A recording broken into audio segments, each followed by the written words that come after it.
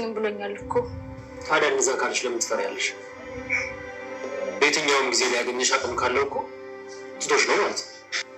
አይ አይተወኝም። ነገሩ ልክ ነሽ። እሱ ማንንም አይተው የማይተውን ሰው ደግሞ እንዲተው ማድረግ። እኔ ምን አቅም አለኝ? ተባብረን እናስቆመዋለን። ዝናና ግብረ አበሮቹ ወንጀለኞች ስለሆኑ ህግ ይፈልጋቸዋል። ስለዚህ ተባብረን እናሳስራቸዋለን። እነዚህን? አዎ መታሰር አለባቸው። እናንተም እኛም ስንጨነቅ መኖር የለብንም። ስለዚህ እንዲተው የምናደርገው እኛ ይሄን ስናደርግ ብቻ ነው። እኔ ታዲያ ምን አደርጋለሁ? እኔም በመርዝ ሊገለኝ እንደነበረ ከማህሌት ጋር ምን ሲሰሩ እንደነበረ የሰማሽው ሁሉ ህግ ፊት ቀርበሽ ትመሰክራለሽ። አስደነገጥኳት። ክቡን አረጅ መድብል ማረፍ አለብን። በቃ ይበቃል። ይህ ሰፈር ለቀን እንሂድ። ባልጫ አንቺ እንደፈለግሽ ነው እንሰራልሽ። እሺ ቅድስትዬ ለአባዬ እኔ ወጥ ልስራለት። ምሳሌ ግን መቼ ነው ማየ ብለሽ የምጠሪኝ? አጎቴ መድብል እንዳለኝ ማለት ነው። ነጠላ ዜማ ሳወጣ ቅድስትና ብሩክ ይጋባሉ። ሲጋቡ እማዬ ብለሽ ትጠሪያቸዋለሽ። ምሳሌ ይሄ ለህፃን ልጅ የሚነገር ነገር አይደለም። እሺ እሱ ተሳስቶ ነው። በቃ አንቺ ዝም ብለሽ እማዬ ማለት ያለብሽ። እሺ ወንድም ትወልጂልኛለሽ? ወንድም? አዎ ትወልጂልኛለሽ። እሺ ወንድም ነው አይደለም ትፈልጊው? በቃ ሂጂና አባትሽን ወንድም ውለድልኝ በይው።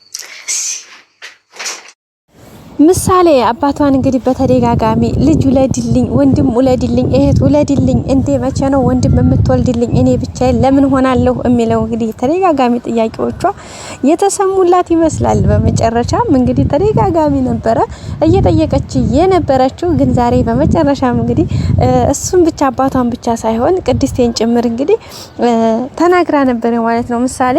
በመሆኑም እንግዲህ ዛሬ ጋሽ ብሩክ ቅድስቴ ጋር እንግዲህ የምሳሌን ጥያቄ ለማክበር ይሄድ ይመስላል ማለት ነው። ቤተሰቦቻችን ሄዶም እንግዲህ ምሳሌን እሺ ብሏት ነበረ ማለት ነው። ምሳሌ እንግዲህ እንዴ ምሳሌ የኔ እኮ ሚስት የለኝም ከየት ነው የምወልድልሽ እንዴ ተረጋጊ እንጂ እያላት ነበረ ማለት ነው። ግን እሷ ደግሞ ምን እያለች ነበረ?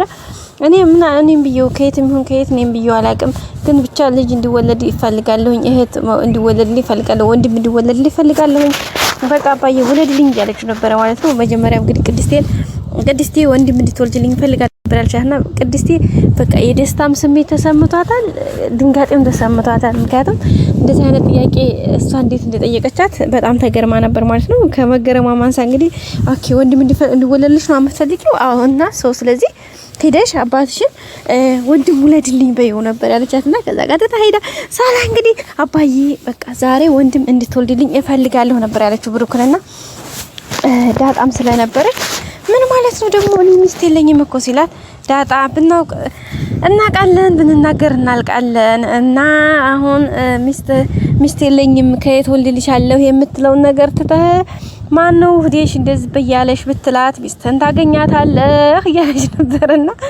እቺን አፍሲት ማን እንደጣላት እናቃለን ማን እንደጋገራት እናቃለን እያለች ነበር። እንግዲህ ዳጣ በተረትና ምሳሌ እንግዲህ ብሩክና አንቺ እንደዚህ አይባልም እኮ ከልጅ ፊት እንደዚህ ይባላል ለረተ ዳጣ ተይ ምናምን እያላት ነበር። እሷ እንግዲህ አይ ቡራ ስንቶ በል እንግዲህ ቤት ባለው ተፍ ብለህ ውለድላት አጥብቀሽ ያዥ ምሳሌ እያለቻት ነበር ማለት ነው። እና ብሩክ አንቺ ባለጌ እንደዚህ እኮ አይባልም እንደዚህ ታያለሽ ነው እያለ እንግዲህ እየተቆጣ ነበረ። እሷ ግን ዘና ፈታ እያለችበት ነበር ማለት ነው። ቤተሰቦቻችን ብቻ ደስ የሚል ነበር እላችኋለሁ። ብሩክም እንግዲህ ደስ ብሎታል እውነት ለመናገር ያው ስሜቱን ያው ወንድ ልጅ አይደለ ዋጣ አድርጎት ነበረ። ግን ያው ዙሪያውን ያሉት ሰዎች ያው የቅድስቴም ለልጅ ወንድም ወይም እህት መውለድ አለብህ፣ በዛ ላይ የራስን ህይወት መኖር አለብህ እያለችው ነበረ። መድብል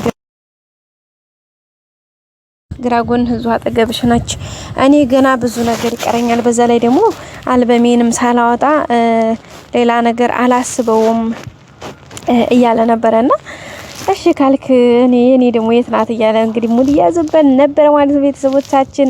መድብል ደግሞ ያው ቅድስት ተፈተፈኝ እንጂ ምንድነው አሁን ይሄን ከዚህ የመሰለ ጀግና ቤተሰብ ዘርሽን ማስቀጠል አትፈልጊም እንዴ? ምንድነው ነገሩ እያላት ነበረ ማለት ቤተሰቦቻችን።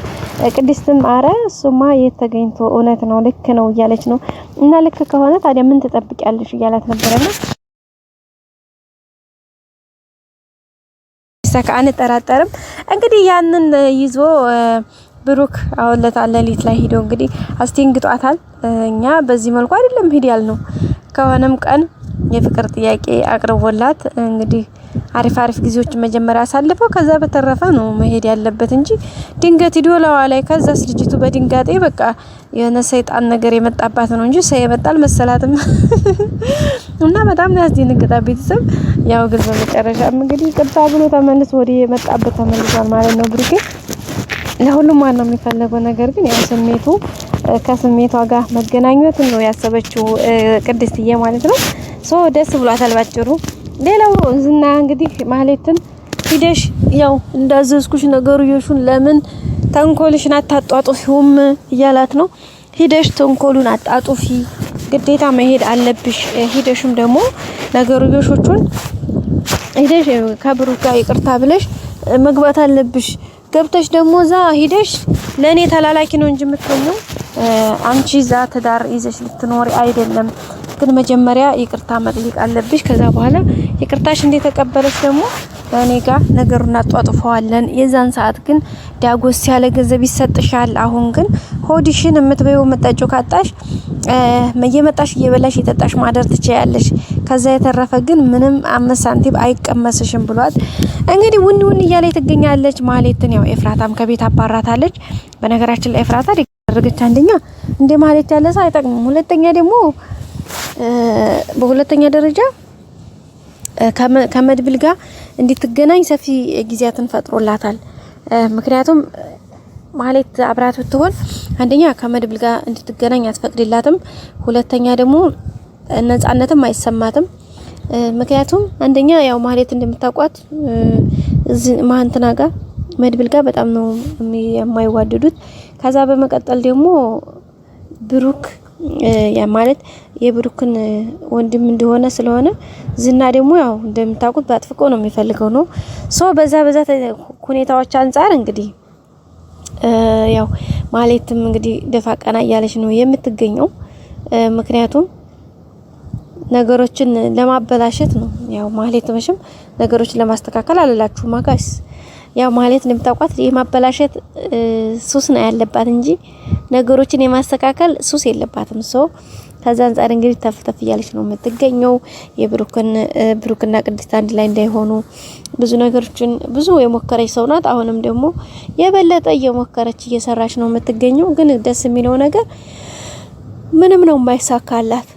እንደው ምንም በዜሮ ምንም አንዱ ካንዱ ነው የማይሳካላት እና ደስ ይላል። እውነት ለመናገር አለመሳካቱ ለተንኮለኛ ሰዎችማ እንደነሱ እንዲህ ሐሳባቸውማ ነገሩ ይሹ ቢሳካላቸው ጋይስ በዚህ ምድር ምንም አይነት ሰው ባልበቀለ ነበር።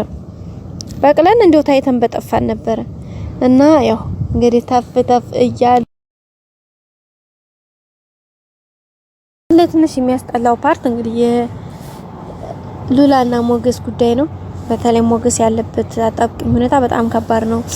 ምንም በማያውቀው እሱ ሀብቴ ንብረት ይለቀቅልኛል፣ ጠበቃው ያስተካክልኛል ብሎ ያሰበው ሀሳብ በሌላ ሳይት ተተርጉሞ እንግዲህ ሰውየው የሱን እንትን ማስተካከሉን ትቶ ሚስቱን ለመንጠቅ እንግዲህ ደፋ ቀና እያለ ነው ማለት ነው። ያኔ የሞገስ ሚስት ሞገስም ደግሞ ያው አልሞት ባይተጋዳይ ምንም አላወቀም። በርግጥ ያው ሉላ ሁሉንም ነገር ስለደበቀችው ምክንያቱም ሰውየው ያያደረገ ያለውን ነገር ያው መጨረሻም እንግዲህ ሞገስ ታሞ በተኛበት ሰዓት ላይ ስለዚህ አሁን ደግሞ የበለጠ አሳስረዋለሁኝ እንደዚህ እንደታመመ ሌላ ነገር ይመጣል እያለ ያስፈራራት ነው የሚገኘው። በመጨረሻም እንግዲህ ቤቷ ድረስ መጥቶ ሽጉጡን ታጥቆ የተጠቀውን ሽጉጥ ጥሎ ሄዷል። አሁን ደግሞ ሌላ ኬዝ መጥቷል ማለት ነው። እሱም እንግዲህ ሽጉጡን ጥሎ ስለሄደ ያው እሱም ተናዷል። እንዴት ታደርገኛለች ብሎ ሰው ደብቃ እንደሆነ ምናምን ስለገባው በዛ ምክንያት በጣም ነው የተናደደባት። ከመናደዱን ባስቻገር እንግዲህ በጣም እየዛተባት እያስፈራራት ነው። እንግዲህ ያው ሽጉጡን ሞገስ ቤት አግኝቶት ማን ነው ከየት ነው የመጣው ማን ነው ያመጣው ብሎ እንግዲህ ሲያስጨንቃት መጀመሪያ ላይ አላቀም ብላ ነበረ። በኋላ ግን አይ አታቂም አይደለ ኦኬ ባታቂ ከሆነ ችግር የለውም ዛሬ ህጉ የሰለጠነና እንትን ባለ ሰዓት ላይ ምንም ችግር የለውም እኔ ራሴ ሄጄ አሳየውና በማን ስም እንደሆነ መዝግቢ ስለሆነ መሳሪያው ይወጣል ስለዚህ ምንም አትጨናነቂ ብሏት ነበርና ከብሪክ አርጎ ሲታጠቀው እንግዲህ ቤታቸው ተቆርቁሯል። ልክ ክላሳቸው ሲቆረቆር ደግሞ በጣም ነው የደነገጡት። እሷም ደንግጣለች። ተነስታ እንግዲህ በር ልትከፍት ነበር ወደ በር ሄደችው። ግን በሩ ጋር ሳደርስ እንግዲህ ፌንት ነው የበላችው። በሩም ሳይከፈት ነገር ቢሹ እንዳልሆነ ሆኗል ማለት ነው። የሚገርመው የመጣው ሰው ራሱ ማን እንደሆነ አልታወቀም። በዛ ምክንያት እንግዲህ በጣም ነው ሞገስ የደነገጠው። ፌንት ራሷ ስትበላ በጣም ነው የደነገጠው። ምክንያቱም ምንም የሚያውቀው ጉዳይ የለውም። ስለዚህ አሁን እዚህ ጋር ትንሽ ነገሮች ተሰብስብ ይላሉ። ዙሮ ያው አሁን ላይ ሞገስ እንደዚህ ማወቁ መልካም ነው። ምክንያቱም ነገሮቹ መስመር ይዛሉ ብለን ተስፋ እናደርጋለን።